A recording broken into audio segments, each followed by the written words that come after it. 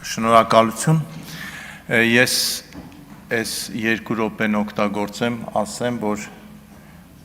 ինձ համար անհասկանալի ու անընդունելի է ընտրակեղծարարին, ընտրակաշառք բաժանողին թույլ տանք մասնակցի համապետական ընտրություններին եւ ընտրվի պատգամավոր։ Լավ, այս մեր աշխատանքի իմաստը ո՞րն է։ Որն է մեր աշխատանքի իմաստը, եթե ասում ենք սահմանադրություն, այսինքն սահմանադրությունը ինչ-որ մի կետ կա, որտեղ գրած է ընտրակեղծարարը պետության դեմ հանցագործանողը կարող է գալ ընտրվել թեկնածու, այսինքն մենք ուրեմն եկեք աշխատենք ուրիշ տեղ, ոչ թե կիսատ որոշումներով։ Մենք այսօր թույլ ենք տվել, որ մի մարդ, որը հայտարարում է, որ ես ուրախ եմ կամ ես ուզում եմ էլի հայ զինվորը ականի վրա պայթի,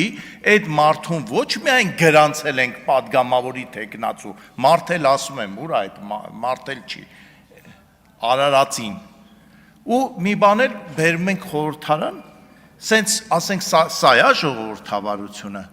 չեմ կարծում, որ սա ժողովրդավարություն է, սա մի ուրիշ երկիր գնացեք Նորվեգիա, ասեք, գիտեք, մեկը ընտրակաշառք բաժանի,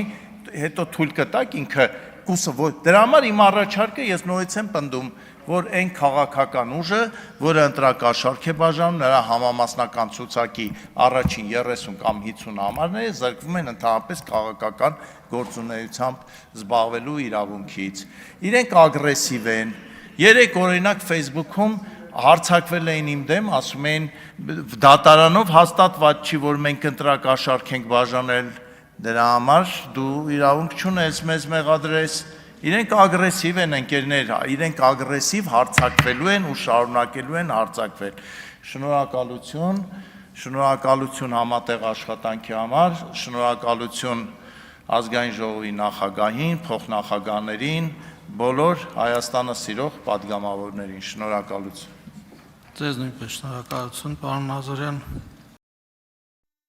Հավանիր տեսանյութը եւ բաժանորդագրվիր նորությունները բաց չթողնելու համար։